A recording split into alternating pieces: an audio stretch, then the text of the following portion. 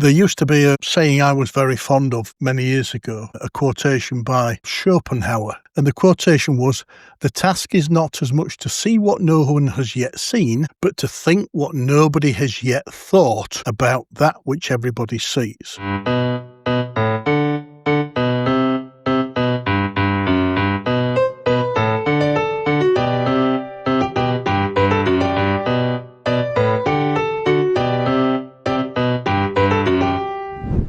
So today, Howard, the topic is patterns. What are they? How do we find them? What do they mean? I wanted to talk about patterns and include it in the pod list because when you're hired in any analytical capacity, and it doesn't matter if it's intel analysis or qual or quant, doesn't matter if it's public sector or fintech, the phrase patterns and trends is usually there. You're usually hired as like the sniffer dog to say, okay, there is a data set or a series of data out there, and we want you to find that pattern or trend. And sometimes those things might sound very similar.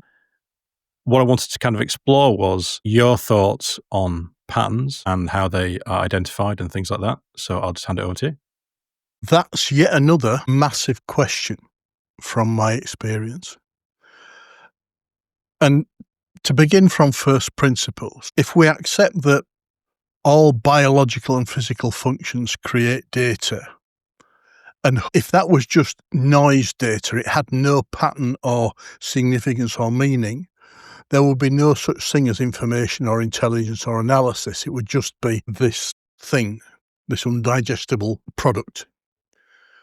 But luckily for us, data and the information that we create from data, i.e. worked version of data that puts it into a form that we can then use as human beings to look for patterns, it does generally conform to patterns when there's something interesting happening. And in our field of law enforcement, what we're looking at ultimately is human behaviour, be it criminal activity or the impact on victims or the impact on bystanders, society as a whole. Human behaviour forms patterns. So for me, the issue with patterns is the expectation of us is that we should be able to correctly look at information in a way that allows us to identify patterns or identify a shortfall. Maybe there's not enough information and the data that led to the information to create a meaningful pattern, in which case we go back into the intelligence cycle, the information cycle, and try and generate more data, then turn it into information, and more dots on the map, shall we say, might create a clearer picture. Or we're looking at it in the wrong way. We haven't got the mental capacity, the insight, to extract the meaning of that pattern in a sensible way. That, in a nutshell, is how patterns work. It's not what they are. What patterns are nothing more than a repeatable, recognisable distribution of data, and from that data, the information that we use for intel analysis. And what's really important here that everybody seems to miss, that stage of going from data to information. You need to understand that the way that we or our processors choose to model data and the features of the data, the various variables and features of that data form, can restrict or enhance the opportunity to look for certain kinds of patterns.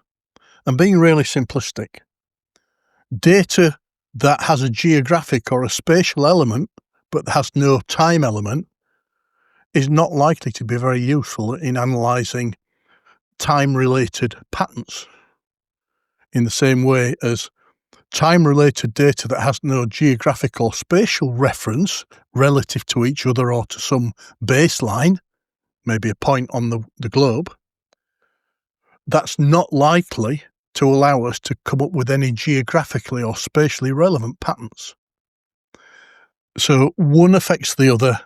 But ultimately what we're trying to do, our objective is to squeeze, as analysts, is to squeeze as much information as we can from the information and the patterns that the information creates by looking at it in different ways, trying the same data in different forms, looking for different data for corroboration or correlation with what we're finding. And then hopefully those patterns, they may be patterns that are completely irrelevant to the question that we're being asked or the issue that we're trying to explore, but they're still patterns. But hopefully, out of all that noise, we can identify patterns that may be relevant to the issue that we're trying to look at. And in our field, that would be criminal behaviour. Does that get us started? Absolutely. I think when I was starting my career, I remember having a lot of anxiety about what is this thing they're trying to get me to find, right? Because within certain data sets or certain fields, certain patterns are self-evident, like almost common sense. Certain other patterns are not. And I think it's because the term pattern, when you trace it back to its origin, it literally means to medieval times, like the pattern you would get on cloth or material. It's something that is repeated, and usually a pattern is a recognition of some sort of connection or repeated event. There has to be we should say that basically it has to include some sort of more than one data point. You don't have a pattern with a single data point. It has to be multiple, and at that point you can say, if you remember, like the old 1950s Moscow rules: once is chance, twice is coincidence, three times a pattern.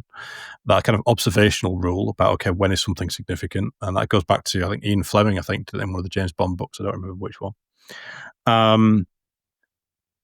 But also, it's a TV and movie trope, right? Where you see the character, the director's got to kind of visually demonstrate to the audience, right, well, with this character, they are gathering data. So part one is you see like the wall or the note and the chalkboard or the corkboard, and they start to put news clippings on the wall, right? So sometimes you see detective shows too, and you see the clippings get added to the wall, and you get this visualization of these data items, these data points are slowly getting added. And then sometimes the trope gets extended even further, because then you see the person getting bits of string and then connecting one to another, trying to show you that there's a separate process here of saying, yes, I've got this data now, I've collected these data points.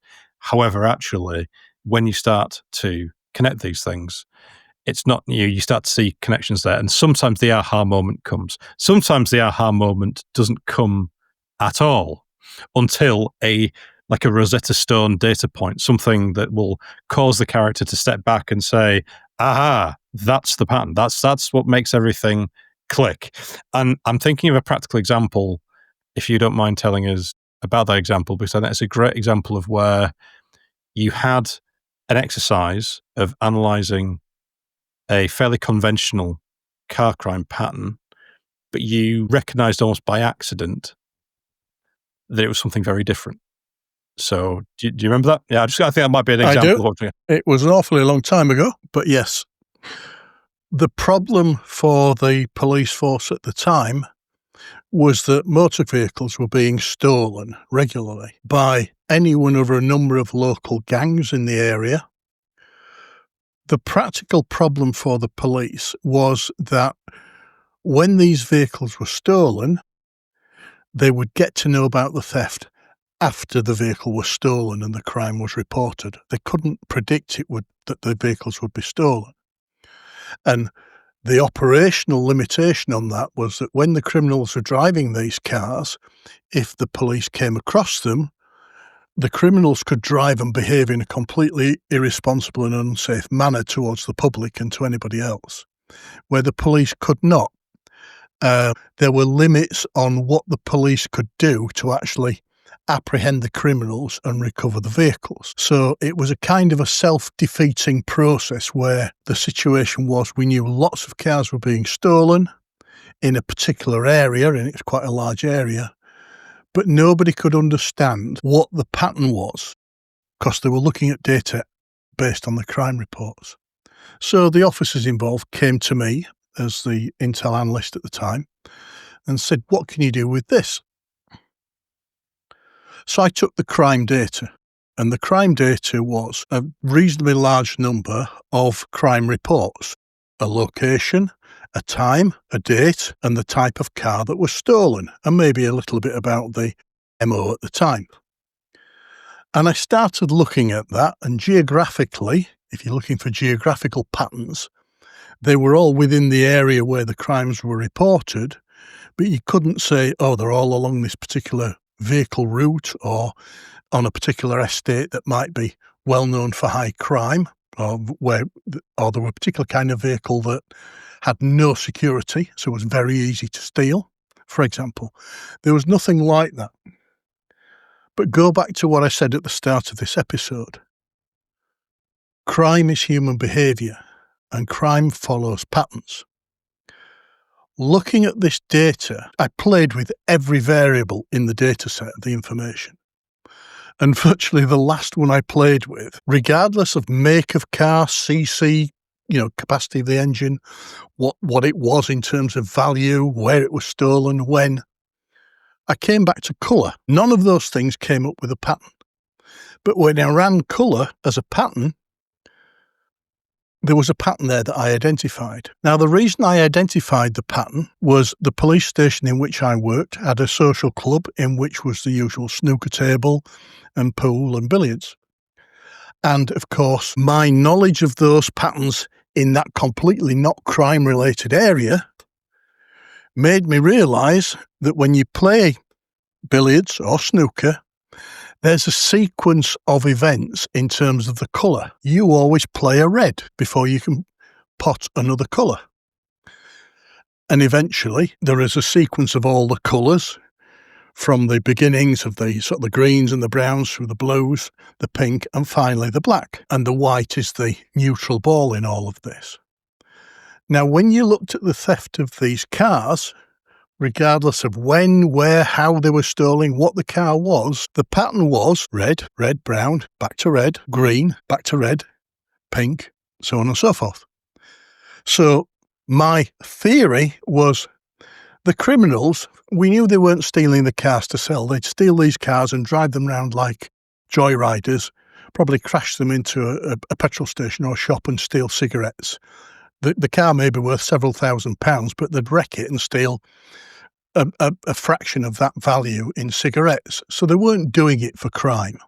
They were doing it for kicks, for fun. You mean for material gain? It's just, yeah. Yes. Yeah.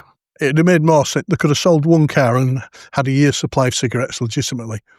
Less risk from them for being caught or for hurting themselves driving around or hurting somebody else and getting convicted of a more serious offence. So I decided they were playing this game in their head. So you think, well, okay, that's a theory. How does that help us operationally, or how does that help the investigators, the people tasked with catching these people?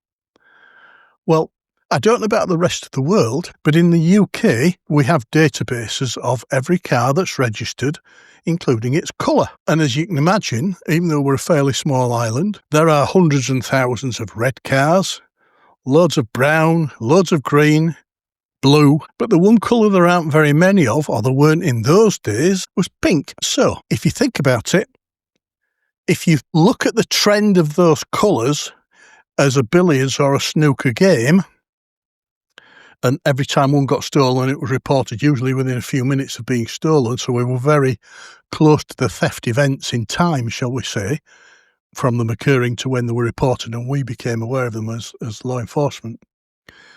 You'd see red, and I say another red, brown, all the way up until, and forgive me, I'm getting old, I can't remember the last colour before pink, but when you got to, probably blue, you got to that colour, so it went red, blue, I was able to say to the law enforcement, the next car that's going to be stolen, regardless of where or when or how or what make, is probably going to be pink.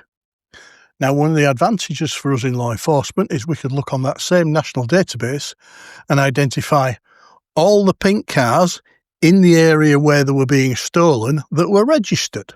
It's not a perfect science, but basically it gave us where we'd had hundreds of red cars and probably 20, 30 green or brown and lots of blue.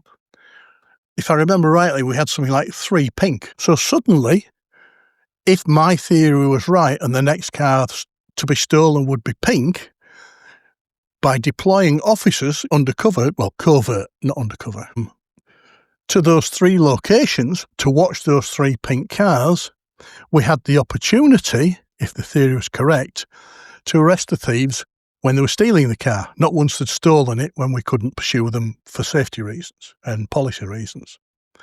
And we did that, and it worked. It was cost effective because we only deployed officers on observations for a very short period of time and in 3 locations. It was successful in terms of arresting these kids without there being a chase and maybe an accident or members of the public or somebody getting hurt. And it stopped the series of crime. And because we'd identified the pattern, we were able to use that as information for the detectives to then look for evidence to link them to the brown, green, blue and red cars that had been stolen previously in that sequence. And on that, when they were brought in, they were quite happy to interview. Oh yes, we're playing snooker. You know, it was the game between themselves to see who could score the most points. It's kind of like tokens in an online computer game now, but they were doing it with real cars. So the point about that exercise was patterns were what led to a successful interception of crime in a safe way and an efficient way. But it wasn't just the patterns in crime, it was human patterns, in this case snookering. It could have been anything. And this is one important point. I would again go back to the start. All patterns, we aren't born knowing patterns as far as I'm aware. As biological machines, when we're babies, we aren't born with all these mental models and of how data appears in patterns or information appears in patterns. We learn that through life. We're taught what these symbols mean and what the patterns are. Had I not known anything about the ball game of snooker and billiards and the rest of it, I wouldn't have been able to make that correlation between 2 different kinds of patterns. So the more rounded any specialist is in looking at different kinds of patterns in human behaviour and in the environment, the more likely they are to make a connection between that and the problem that they're looking at and what might be a potential pattern. If we aren't trained in that, you can be the best trained investigator or data scientist or intelligence officer or analyst, you can't identify patterns that you are not aware of, even if they're staring you right in the face. That's exactly right. And I think that's why your example, I mean, yeah, it's a stroke of genius, but it's also terrifying in the sense that when you are tasked with that pattern recognition, what you've essentially just said is, to be the perfect analyst, you need to be aware of almost every potential pattern in every potential context, and not just every data point, but the relationship between all data points across all contexts, which certainly beyond the scope of most human beings. I think it'll be beyond the scope of things like ChatGPT and AI. I'm pretty sure AI is going to come along and do things like basic qual and quant type patterns and trends, when there's kind of linear kind of progression or certain kind of spikes. But in that example, I think that's a crucial example to highlight that actually we can only do so much, but some of these patterns, they're kind of almost bound to hindsight to a certain degree. You got luck, luck doesn't do it justice, but you know what I mean? As in, there's a degree of luck. The question arises, would you have seen that pattern if there weren't tables in that police station? Or if that's the real challenge for, and it's not just analysts, right? It's staff of all grids and experiences kind of, when we are faced with these data points, sometimes seemingly unrelated, or potentially even related, because the other thing in your example I wanted to look at was you went by the numbers analytically. You went, okay, let's look at time. And then you probably got to the same space where most of us do, which is, it turns out a lot of cars get nicked at night when no one's looking. Shock horror. Then you might try geospatial and work out, well, actually, it's more about the availability of the unlocked car maybe than and you could limit it down to maybe a town or maybe a part of town, but to the street level it's a bit tricky. But then you were running out of variables, right? You ran out of the usual suspects of patterns: time, place, vehicle type, because obviously we're indoctrinated, aren't we, to say high-value cars or cars that are easy to break into if they're joyriders, that type of thing. Going through the list of the usual suspects. But that's the problem with patterns, though, isn't it? Because for every situation, there will always be a usual suspect list.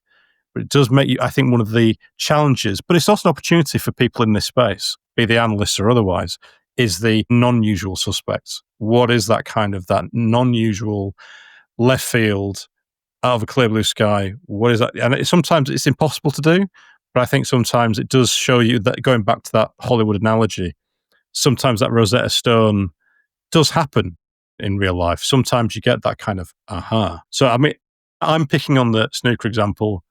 Is there any other examples that you think are more relevant than that, or anything else you want to talk about? Not in terms of examples, because I could Sure. bore you all day with war stories, shall we say, or examples. What I would say is, yes, okay, a good analyst or any human being needs to recognise patterns, and you have to be taught to do this. You have to learn this through your life. But good intelligence operatives and analysts can be trained. We've trained people to recognise different kinds of patterns and to open their sort of boundaries of thinking, to look for the most unusual patterns. There used to be a saying I was very fond of many years ago, a quotation by a famous philosopher called Schopenhauer. And again, it's all over the internet and Intel training. It's not down to me. And the quotation was, "The task is not as much to see what no one has yet seen, but to think what nobody has yet thought about that which everybody sees." And for me, that's kind of one of my credos. Data and information, everybody can see it. A good intelligence operative will see it, and by making patterns and connections that other people may not make, will think things about that information and those patterns that nobody else can think of. And it's not that they're superhuman. It's just that they've spent time to develop that skill, in the same way that a doctor or a radiologist will be trained to read x-rays. A fingerprint expert or a scenes of crime expert will be trained to read and understand the walls and the points on the fingerprint. I can see them. I can see the same data that they see, but I don't have the skill or the training or the experience to recognise the patterns, and therefore, the second step, the significance of what those patterns mean. Because there are patterns that have no value to a particular question, if that makes sense. You can identify a pattern, and machines are very good at this, but it doesn't always correlate with something that's useful to the particular issue that you're being asked to look at and analyse in terms of trying to extract something of value. We've got many examples of that where machines have made mistakes. And here, if anybody wants to go to Google it, Google Able Archer. That's a great example, one that you showed me that I'd not seen before, where machine pattern recognition arguably could have caused the end of the world, but was stopped when a human being with, shall we say, their feet planted on the ground, had the intellectual and moral courage to say, hang on, the machine's making a mistake here, I think, and basically to save the world. So what I'm saying is, just because there's a pattern there doesn't mean it's relevant. If you see a pattern and it doesn't seem to be relevant, it's kind of like going back to scientific method. Either it's not relevant, and you can check for that, or it is relevant and your theory or your understanding of what you're seeing is actually incomplete or incorrect. So you need to go back to your theorizing, your hypothesizing of what it means. So a pattern is another stage in this process from data to information to intel. We look for patterns in information, which are in part patterns in the data. And from that, we carry out analysis and come up with intelligence products and intelligence, hopefully of real operational value. Does that make sense? It does. I think the point for me is patterns do not announce their presence. You have to kind of do lots of different things to bring them out. You can have automatic software, automatic process try and collect them. But I'm thinking about, like, you go back to, like Florence Nightingale. okay, and the diagram. Coxcomb diagram, I think. Coxcomb, yeah. So, as I recall, it's a chart that basically talks about kind of deaths of soldiers and cause of death, and basically the visualization of this data distinctly shows the disease being one of the main causal factors, and basically proving that actually, yes, a lot of soldiers are dying, but a lot of soldiers are dying needlessly. There's preventable death there, and it's visually getting that picture across, showing, look, this is how much this. It's not a bar chart; it's like a rose diagram, isn't it? But this is of a stack. This is how many we could save if we treated disease more seriously. But the thing I always find interesting about that example and Florence Nightingale is absolutely, a million points for data viz and having the awkward conversation.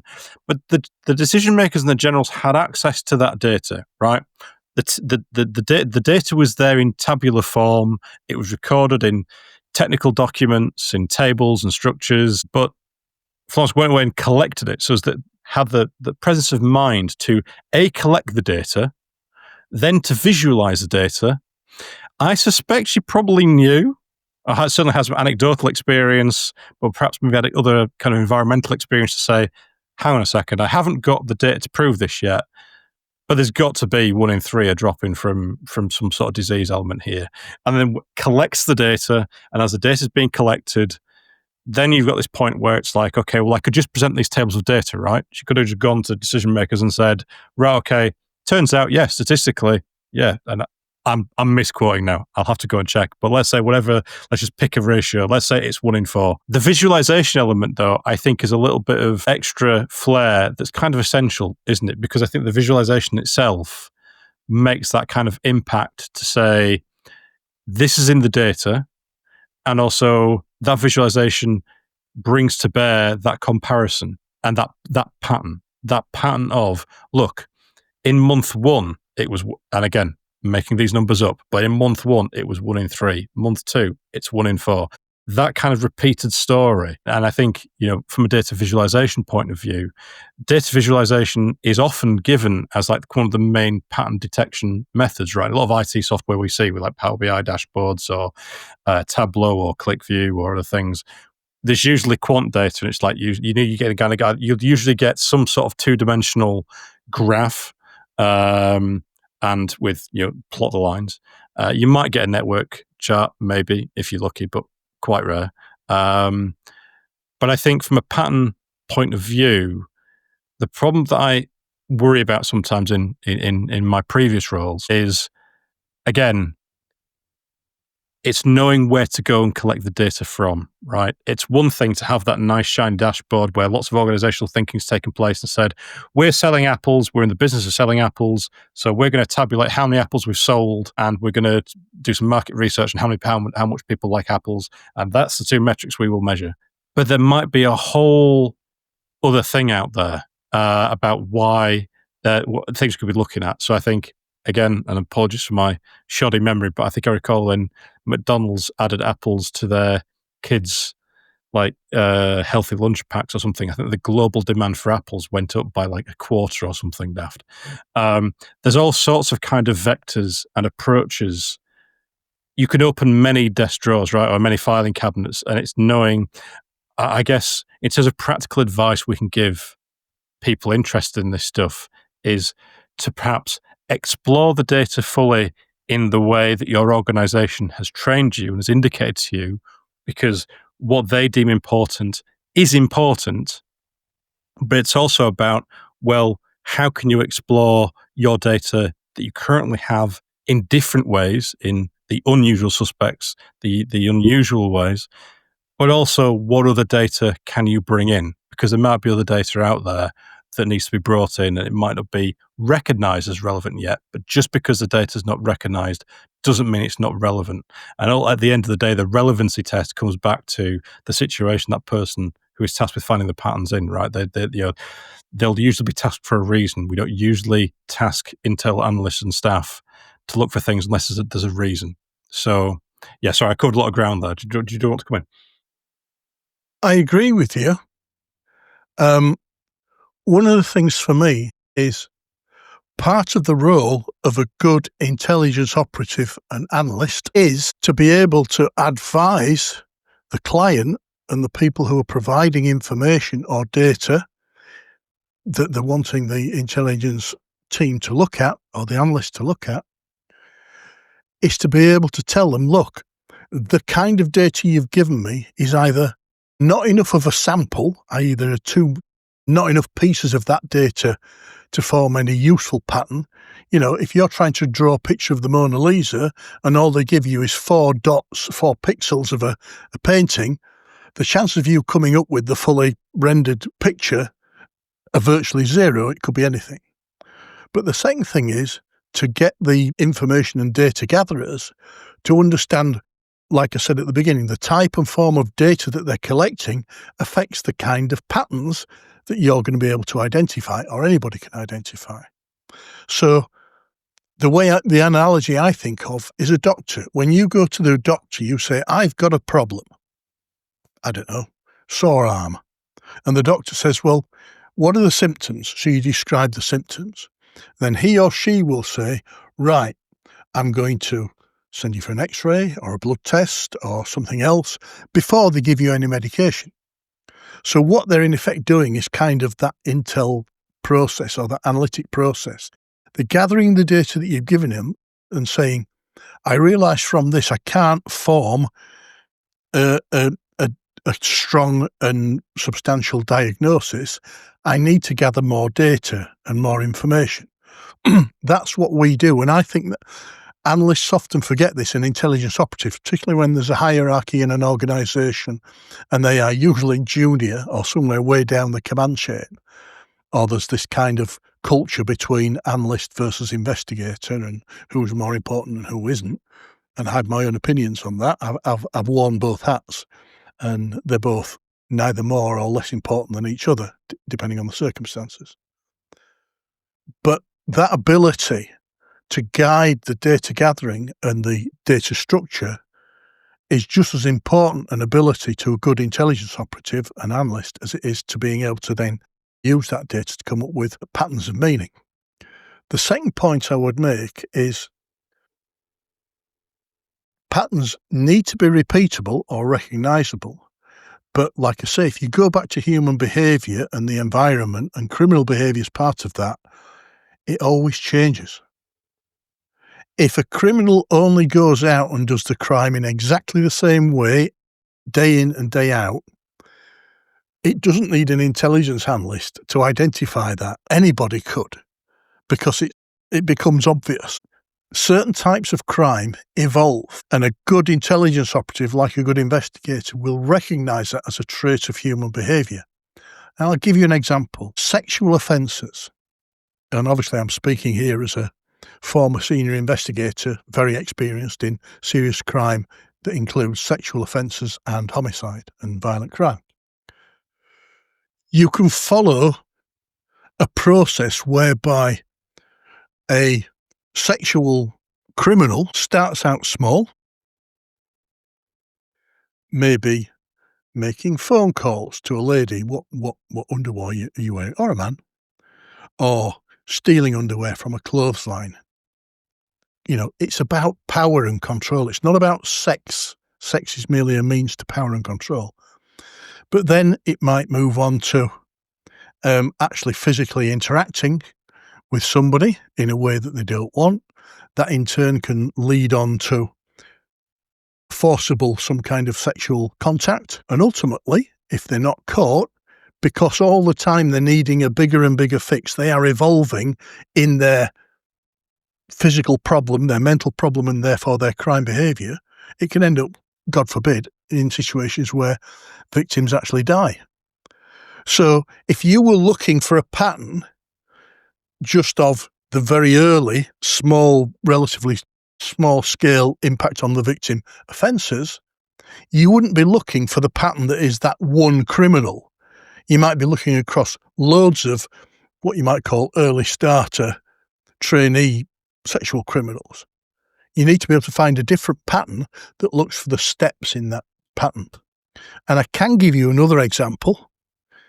One of the things with patterns To create a pattern in information or data, we tend to hang it on an axis. Think of a graph. And there are usually two axes. There's an X and a Y axis, and we then plot axes, and then we plot the data, and each point on that graph has a point on the X axis and a point on the Y. Great. The scale on the axes is what tells us about what the data is. But we will look for the pattern in the dots on the chart, not on the axes particularly. Many years ago, and again I'm going back to the early 90s, we had a series of criminal offences that I was asked to look at. They weren't for my force. I was asked to look at them on behalf of other forces because it was a series of growing crime problems. And a bit like the billiard example, what I received were loads of crime reports from different forces, and they included the MOs. And again, there was no clear pattern in terms of location or anything else. But what I did, I plotted the MOs, the modus operandi, the way that the criminal committed the crime.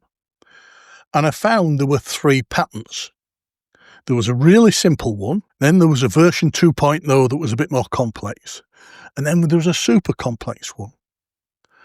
But I couldn't find any way of plotting it because the locations weren't relevant, the victims were different, there was no clear pattern.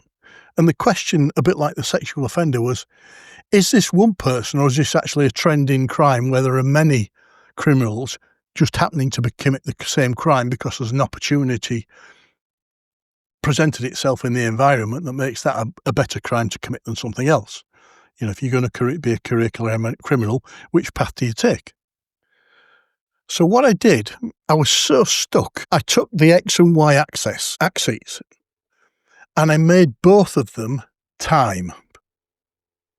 Normally you'd have time versus a value on the other axis, but I made both time. And this is just me playing with the data and the information to try and look for patterns.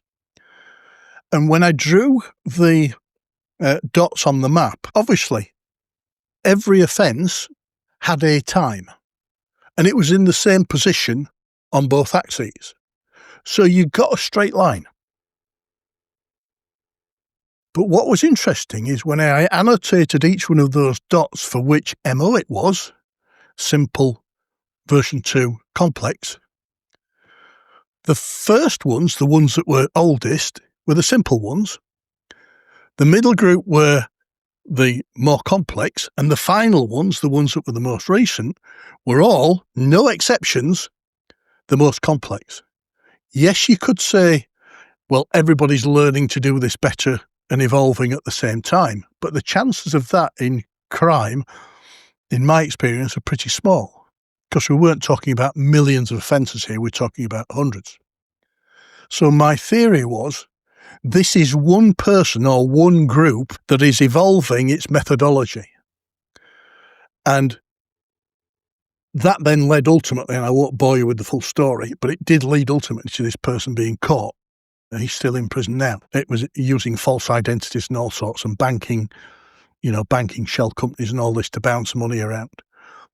But the theory behind that was just me as the analyst thinking, I can't find any way to create a pattern that has any value. So let's try something different. Time versus time. It seems stupid, and I was laughing at myself at the time. That method is now written up in the annals of intelligence analysis good practice, and it's called axis pattern analysis, which is a fancy way of saying Howard's weird and wonderful back of a fag packet way of trying to find a solution. It could have failed miserably, but it didn't.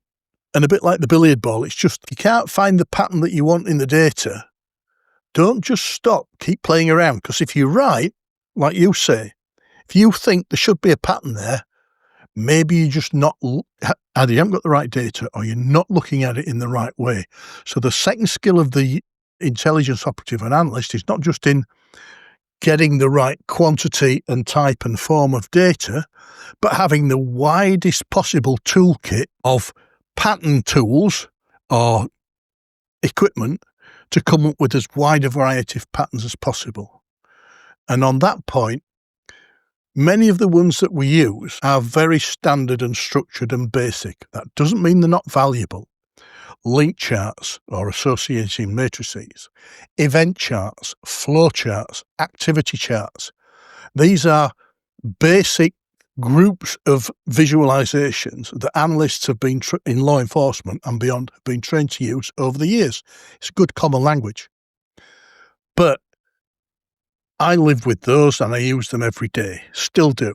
They are the bread and butter of intelligence and analysis.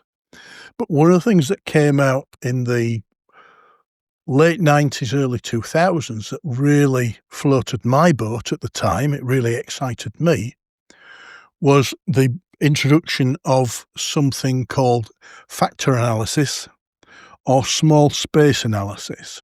And there are now many other versions of that. Basically, all that meant was that the data was being thrown according to what these days would be called algorithms, basically structures that might make no sense to you or I as human beings, but led to patterns. And the problem was you got these charts back, and I still have some now, I still teach with them.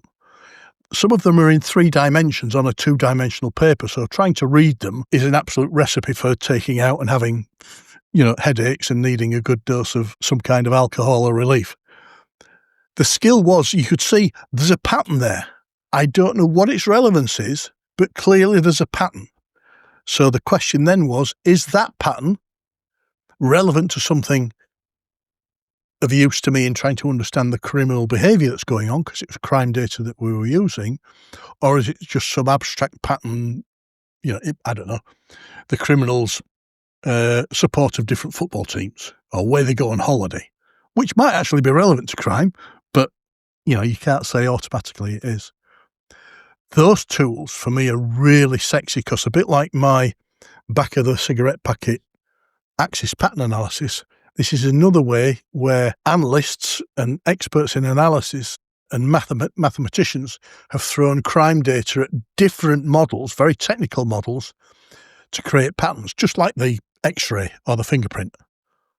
It's a machine-generated pattern, thanks to physics, of a biological phenomenon. Imagine the first X-ray. Who actually figured out what it meant?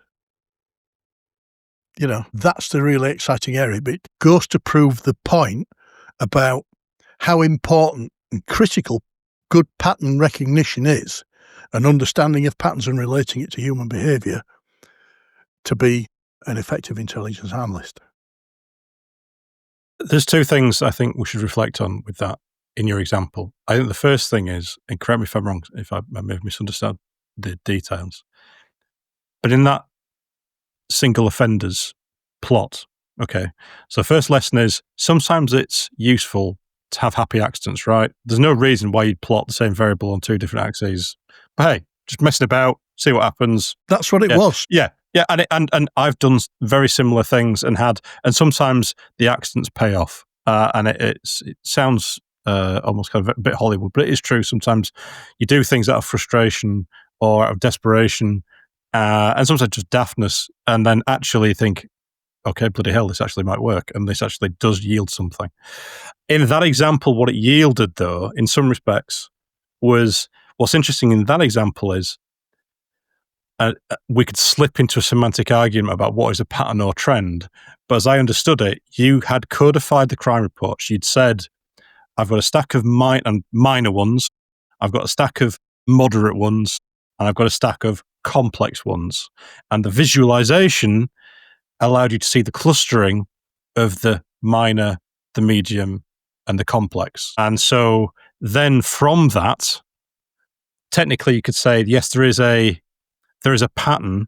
If I have the working assumption, this is one or a series of people who are escalating in their offending. And you in your own explanation, you said you were still playing with the idea of, am I dealing with multiple people? Am I dealing with multiple people in different enterprises? Multiple people in the same enterprise? Am I dealing with a single person in the same enterprise. So I think, the two things: mess about with data and tools, because absolutely that happy accidents can happen. And the second thing is, though, that your assumption was part of that pattern identification, and that was kind of crucial. And it's also kind of a lesson to kind of converting data into different ways, and not to turn this into a data visualization pod.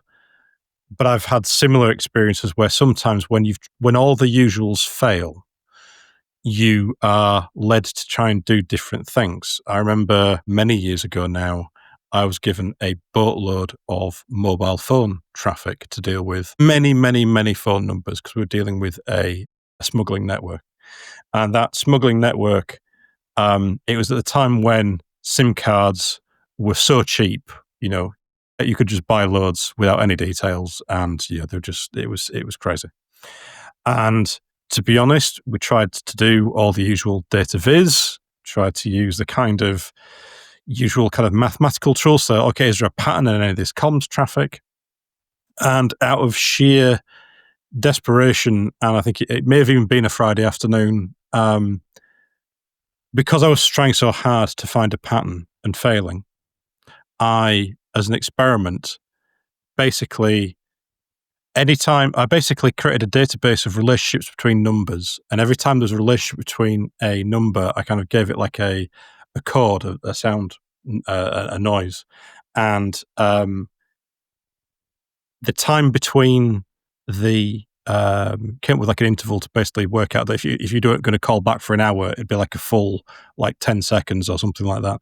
And basically tried to convert the traffic into sound. So it's like, I don't have data audio, I think they call it sonification. So rather than data viz, try and turn it into noise. And then what that yielded was that sometimes you would get kind of little bits of the network that would repeat. The numbers might change, but the melody would be similar. And sometimes things would fall out of that. Not all the time, not guaranteed. But from the outside, before going into that, if you just said to somebody, I'm going to take your data and I'm going to turn it into music and I'm going to listen to it, that sounds nuts. But actually, it worked in that very, very narrow context. And I say worked, it wasn't like yours. It wasn't a slam dunk. We found the guy. It gave us some insight into how the hierarchy worked, who was higher up and who was lower down. But it's the same thing. It's that same thing of turning data into different things.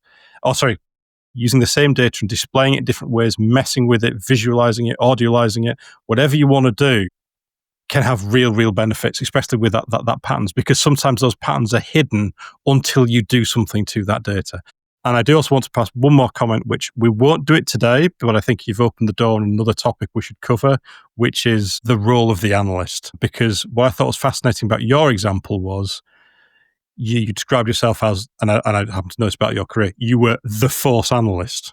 Almost like the force medical officer or the force underwater search team. This notion that there was this singular person, this specialist, who it's almost like, well, you're the guy, because the police are like this. We pigeonhole stuff, right? It's like, okay, we have the armed police, we have the mounted police, we have the dog section. It's almost like, right, well, we've got the NSA have got there's something called the puzzle palace. It's almost like, right, well, we've got a puzzle. Who are the puzzle guys? And the puzzle guys are the intel usually.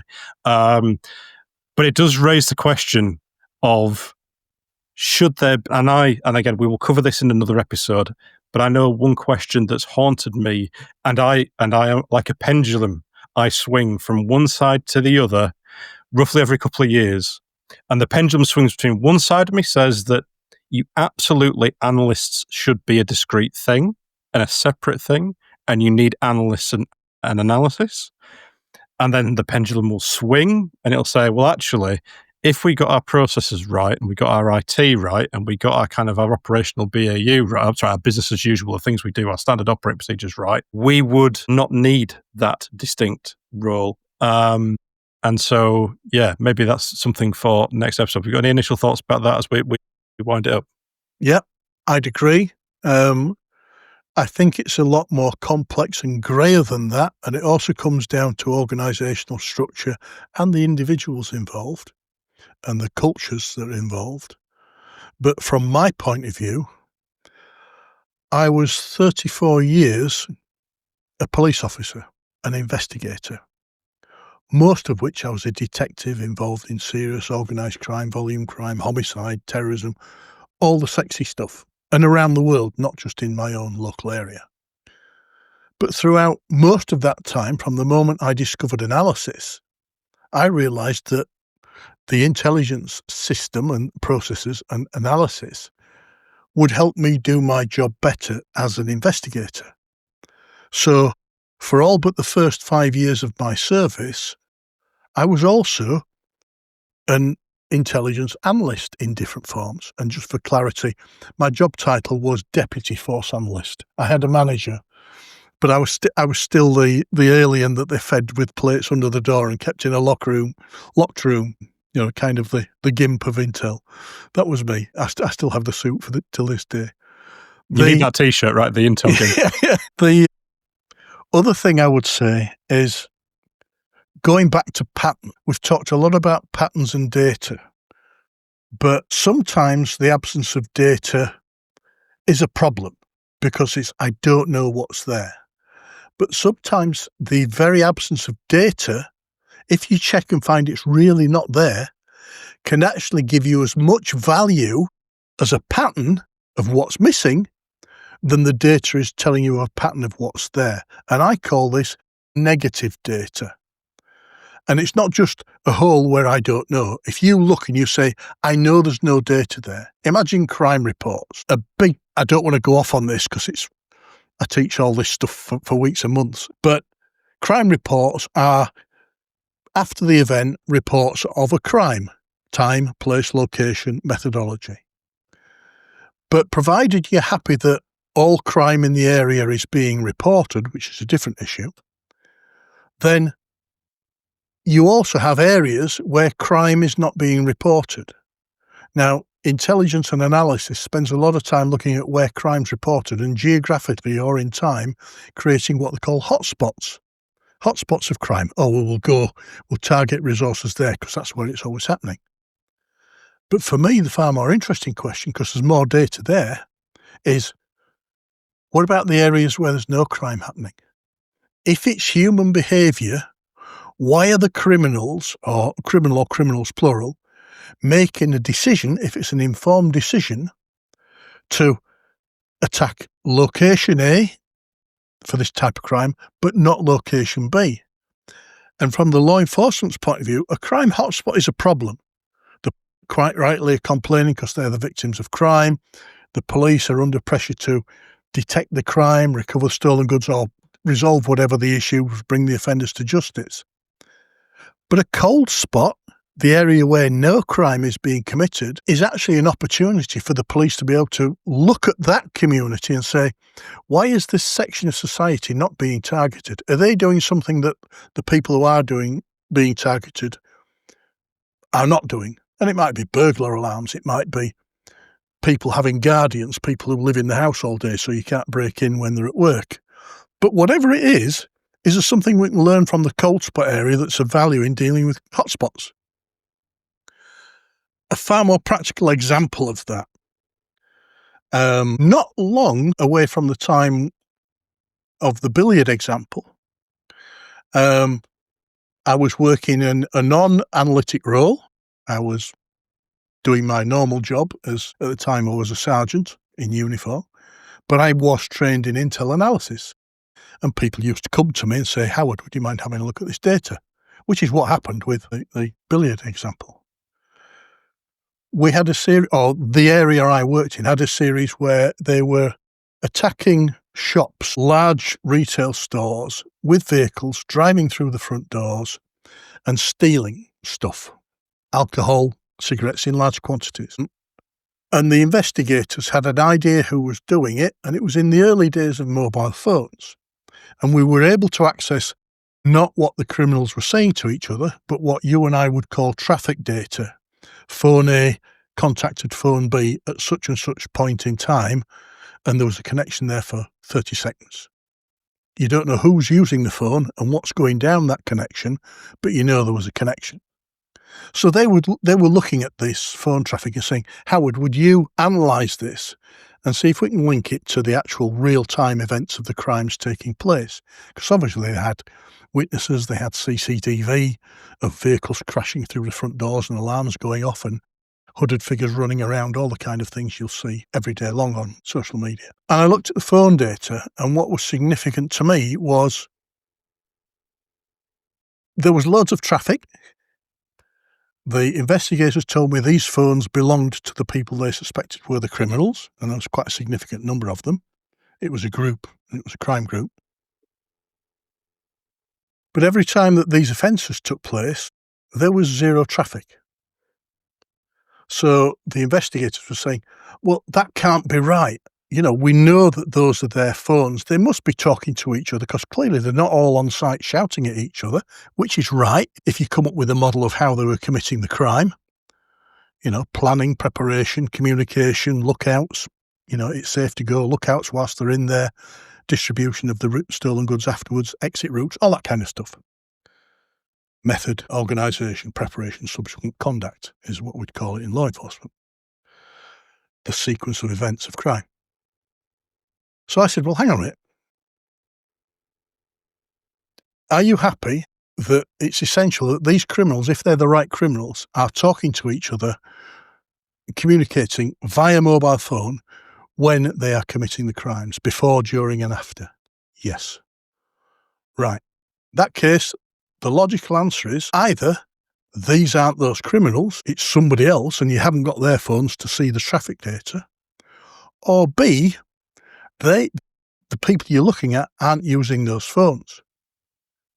Now, for me, that was a simple, logical conclusion, but to the investigators who've got really tunnel vision because they're in that pressured environment of, we want to catch these individuals, they'd never thought of that, and they'd never come across this idea, and I say this was the early days of mobile phones.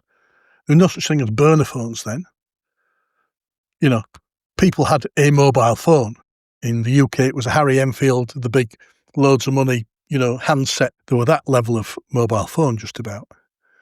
They'd never actually thought maybe they've got more than one phone.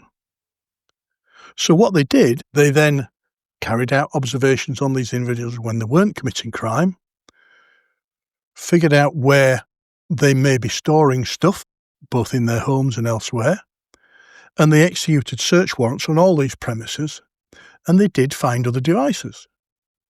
And they brought those devices to me, and sure enough, those phones that they gathered, that they never knew about until we did a bit of analysis and looked at the pattern in time of the traffic data, filled in all the gaps. So criminal A would be Monday to Friday, if that's his family week, going to the football, going to the pub, seeing his friends, taking his girlfriend out, kids to school, whatever.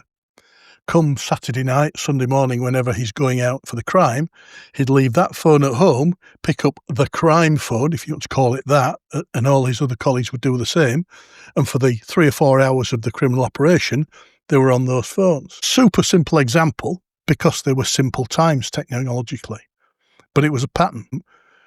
So this idea of negative data means you haven't got enough data isn't always true. Sometimes the lack of data is in itself a pattern of value. There's just one other thing I want to include, which is you mentioned about the mapping and the kind of where is crime occurring and where is crime not occurring. I think that's absolutely crucial because it's one of my bugbears that I see a lot of geospatial analysis presented as like the kind of the default answer. Let's map it. Let's map it. Let's map it. And a lot of time, yeah, you should map it. But you think of all the maps we've looked at, looked how many dots on maps we've looked at, and a lot of the time, the dots are just where people live, right? Do you know what I mean? You know, maybe a semi-rural map, it's like, well, obviously not all the crime occurred in the lake or the forest or the motorway or, you know, a lot of the street crime tended to occur on streets, shock horror.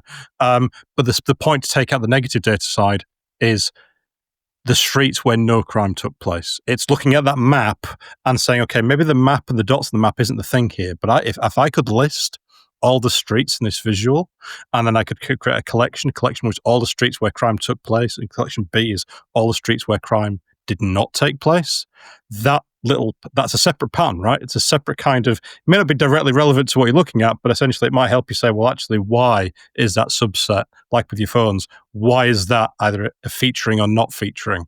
And I think that's really important. So that's great. I think we'll wrap it up for today, and we will see everybody on the next pod. Thanks again, Howard.